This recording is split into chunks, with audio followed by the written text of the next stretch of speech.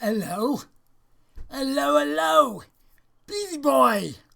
I think I'm alive. I think I'm well.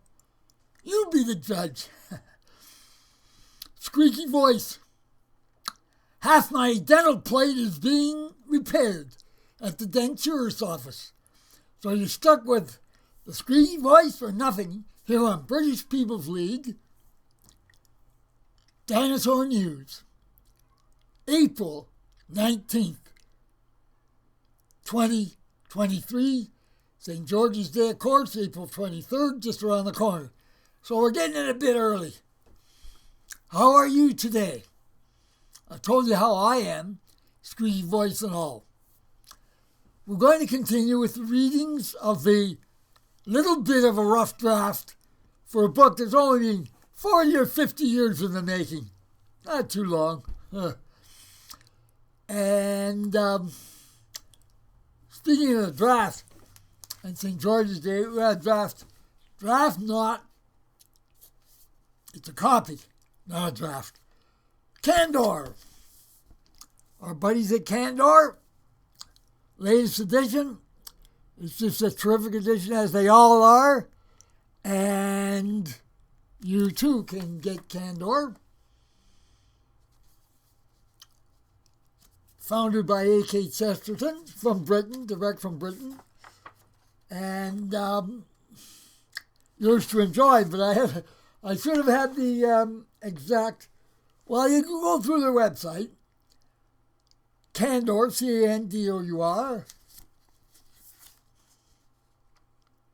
and they're good enough to include a reference to these broadcasts, the Dinosaur News, in their extra sheet that goes out with the magazine.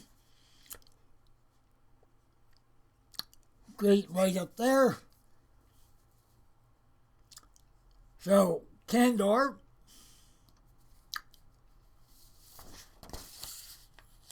candour.org.uk. Terrific publication. Keeps us all tied in, especially with our good friend Dave in Oklahoma. So carrying on with the readings from March 14th, with some witnesses and other people who had emailed or whatever to do with the rough draft.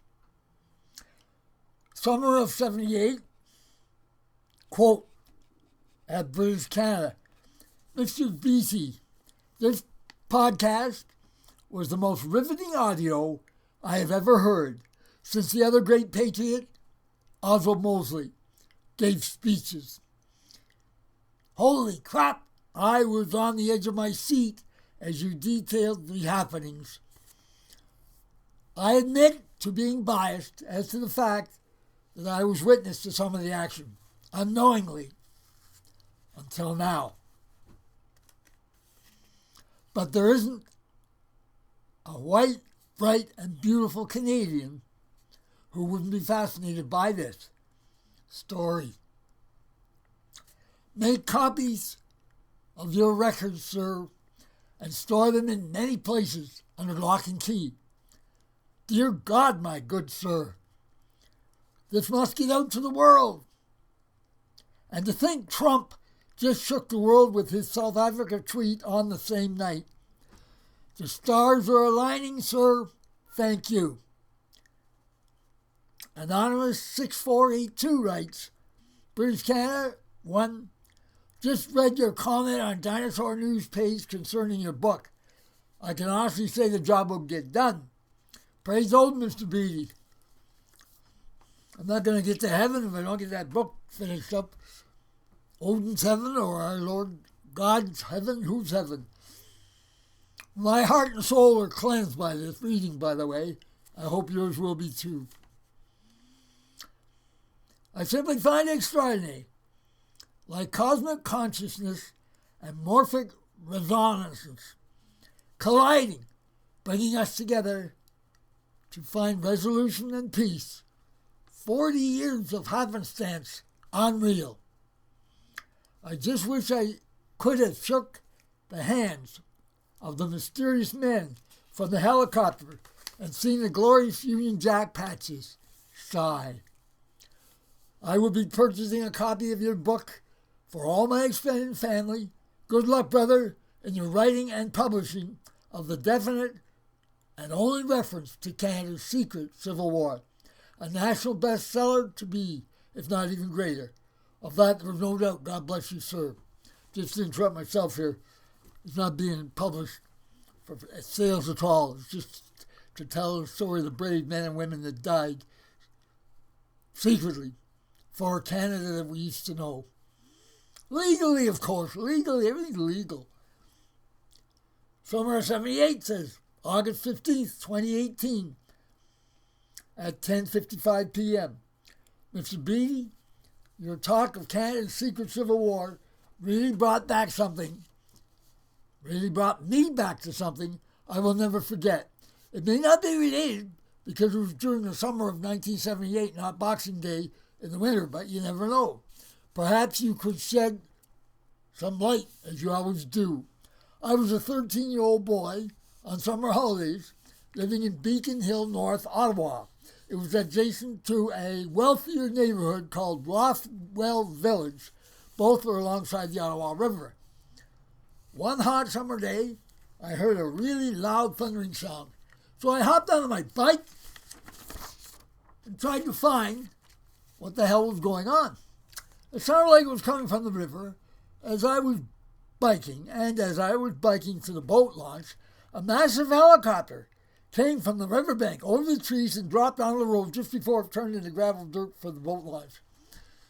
End of that paragraph. I should point out and remind you folks, the entire amount of the draft, about 4 chapters and so, is available on the British People's League website.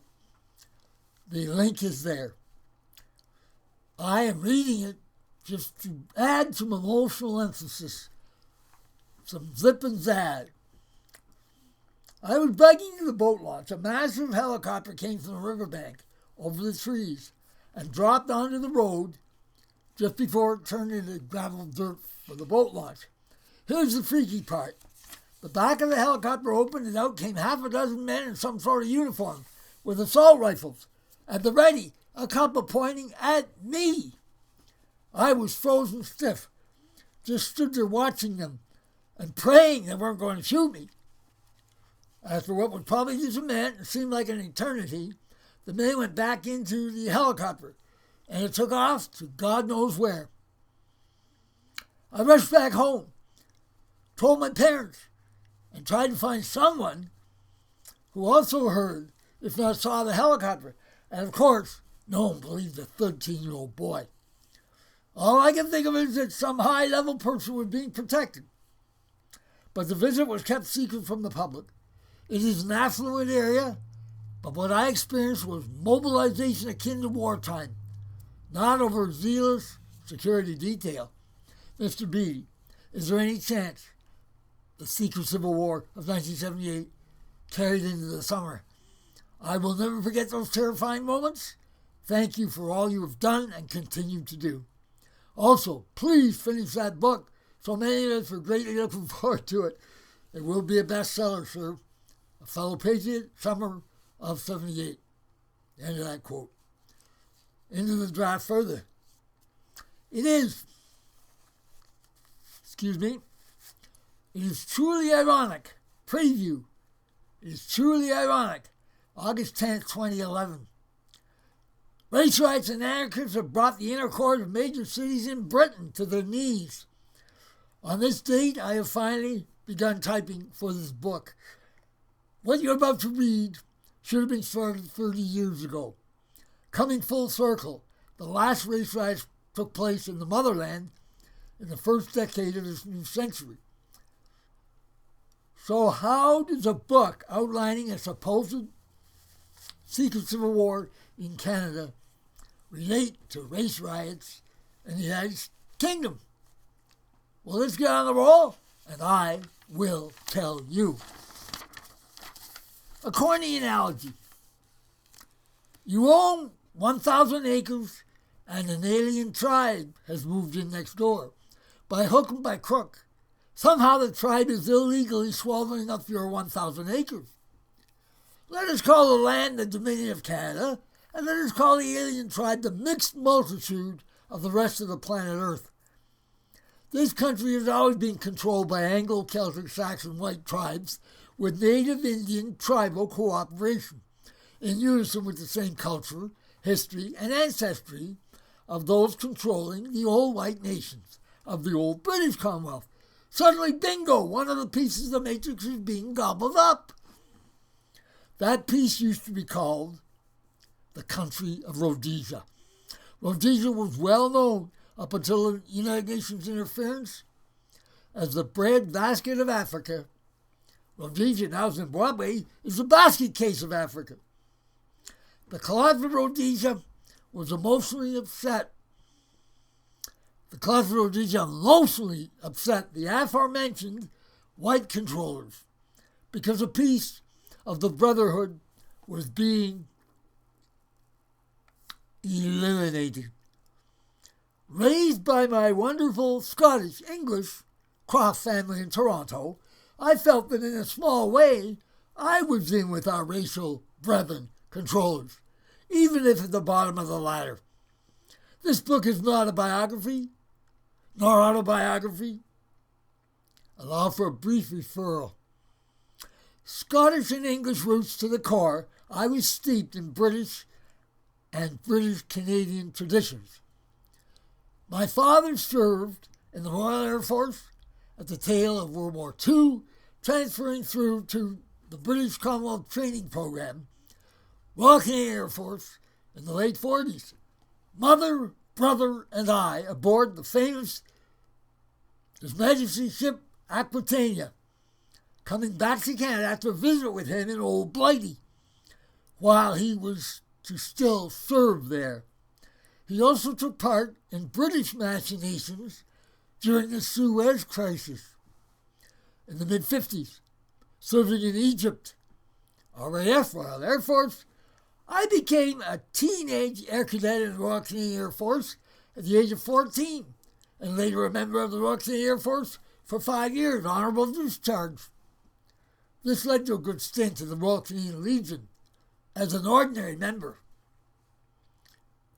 Back to Rhodesia.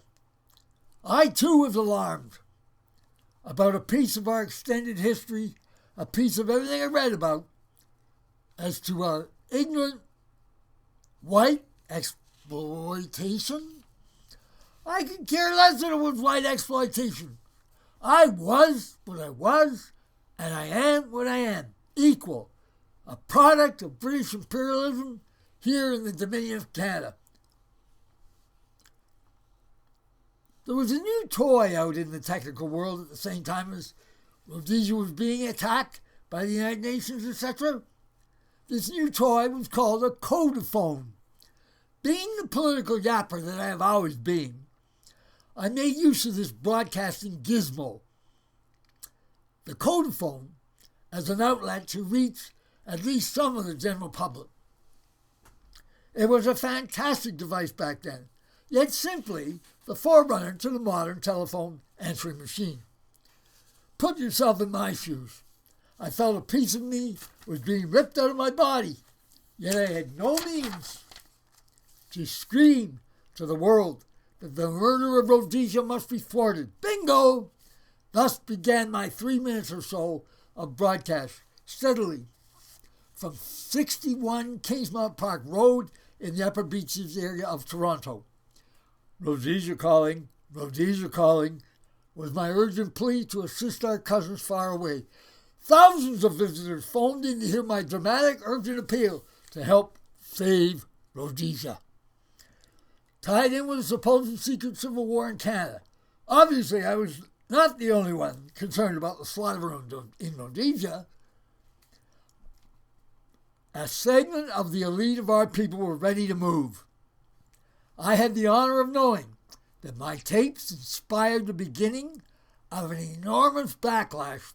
My fellow Anglo-Saxon Celts had had enough of the deliberate planned conspiracy to genocide our peoples. If it could happen in Rhodesia, then just as surely it could happen in Canada. We shall unveil how the vocal inspiration provided by yours truly shook up our elite to do more than just grumble. In fact, plans were set in motion to walk the walk. You can believe what you wish to from the following pages. Proof of strange middle-night activities will be offered circumstantially by way of reference to strange news clippings in well-known national press throughout Canada.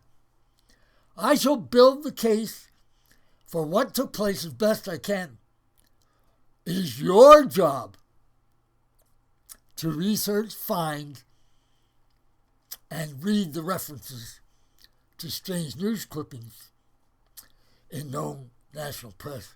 I shall build the case for what took place as best as I can. It is your job to research, find, and read the references outlined, to confirm for yourself the truth in the following pages. These pages merely point the way. No one likes conceit. I simply wish successful beyond my wildest hopes in stirring up a call to action, whereby serious talk took place in a couple of the highest elite, posh, private clubs in Canada. Well, Jesus was the catalyst, with yours truly, the mouthpiece. The head honchos of Anglo corporate Canada were to be the new administrators of Canada. Administrator quotes, as in Canada's constitution based on the British North America Act. With Pierre Trudeau changing the face of Canada by kicking British Canadians in the face, along with René Lévesque moving to pull Quebec out of Confederation, our shadow cabinet started to plan in earnest. The screams of the British Canadian corporate wives reverberated throughout the posh private clubs. Yes, the wives overheard the most insane discussions that they had ever heard muttered from the pompous hubby's lips. A what? An administrative legal coup in Canada? Some of the wives, not so friendly, tipped off the other side. Later, into the book, you may have the pleasure of trying to figure out who the other side consisted of. The variables are complex. The next reading will begin with Chapter 1, the next video. That's it for April 19th. Have a very unique and celebrated St. George's Day coming up. St. George for England and St. George for many others. Look them up. Thank you very much for tuning in, and we'll talk at you next time.